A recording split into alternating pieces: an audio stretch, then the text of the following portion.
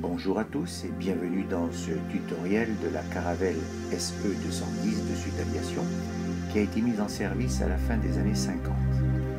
Cet avion, comme vous le voyez sur cette vidéo, n'était bien sûr pas équipé d'instruments aussi sophistiqués que nous connaissons à nos jours et Laminar Research a installé sur ce modèle tous les moyens actuels d'aide à l'atterrissage aux instruments.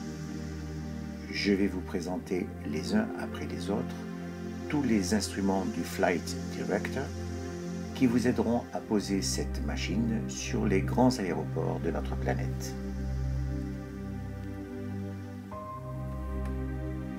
Pour atterrir sur une piste équipée, il nous faudra connaître la fréquence de cette piste.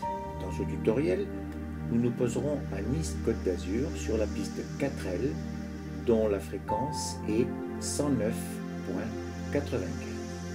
Où aller chercher cette fréquence? Normalement, elle est fournie aux pilotes avant leur départ pour l'intégrer dans le FMS, qui est le Flight Management System, qui est le système de gestion de vol. Sur X-Plane, pour connaître cette fréquence, il suffit de se rendre dans le menu principal, dans l'onglet Lieux, puis dans le menu défilant, sélectionner Aéroport mondial. Ici, nous mettrons les 4 lettres OACI de l'aéroport de Nice qui sont L, F, M, N et nous choisirons la piste 4L pour le décollage. Une fois sur cette piste, nous retournerons dans le menu Onglet, Lieu et ensuite dans le menu déroulant Carte locale. Vous aurez alors la possibilité de zoomer sur l'aéroport et de mémoriser la fréquence de la piste 4L, celle où nous atterrirons tout à l'heure. Nous voici aux commandes de la Caravelle d'Air France. Les différents boutons qui vont nous aider pour un atterrissage aux instruments se trouvent en haut de votre tableau de bord. Et de gauche à droite, d'abord le mini-cadran avec les manettes de gaz, commande de la manette des autofreins, mais on ne s'en servira pas beaucoup. Nous trouverons ensuite le GPS, dans lequel vous retrouverez votre aéroport une fois après l'avoir programmé dans le FMS. Ensuite se trouve le bouton radio, dans lequel vous intégrerez dans la partie droite de nav 1 la fréquence de la piste 4L, ici 109.95, et cette fréquence ne sera prise en considération qu'après l'avoir transférée dans la partie gauche de nav 1 en cliquant sur le bouton central entre ces deux fenêtres. Vient ensuite le bouton le plus important, Autopilot, qui contient toutes les données du pilotage automatique ILS. Vous devrez aussi enclencher les boutons Lock et GS, Glide Slope.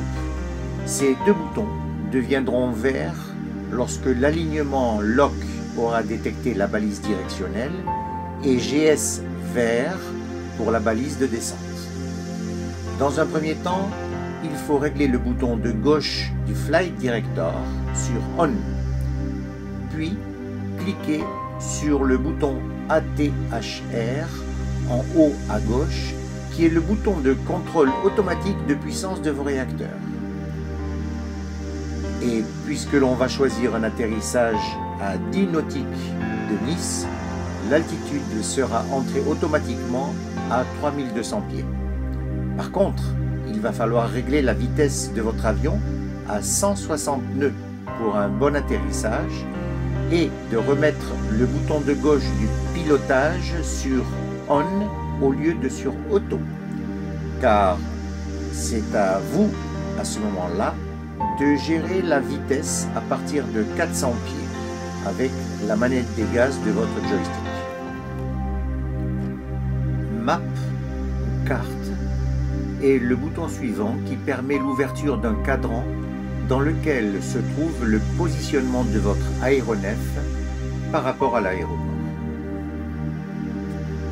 Nous arrivons au dernier bouton, important aussi, FMS, qui veut dire Flight Management System, ou système de gestion de vol, nous allons entrer deux informations importantes au départ de l'aéroport de Marseille pour Nice, mais vous pouvez aussi programmer tout cela pendant votre descente à 10 nautiques de Nice.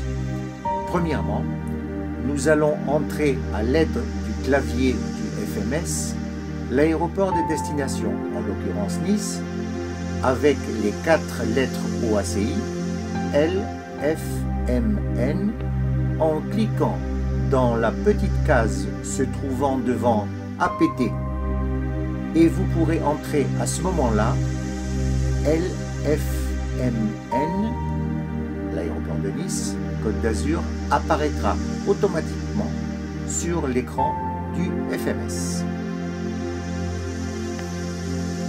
Deuxièmement, nous allons entrer l'altitude de croisière du vol vers Nice. Il faudra aller cliquer sur la case devant Fly FLY et entrer avec le clavier numérique du FMS l'altitude à programmer pour le vol. Tout est en place pour un atterrissage aux instruments parfait. Bon atterrissage.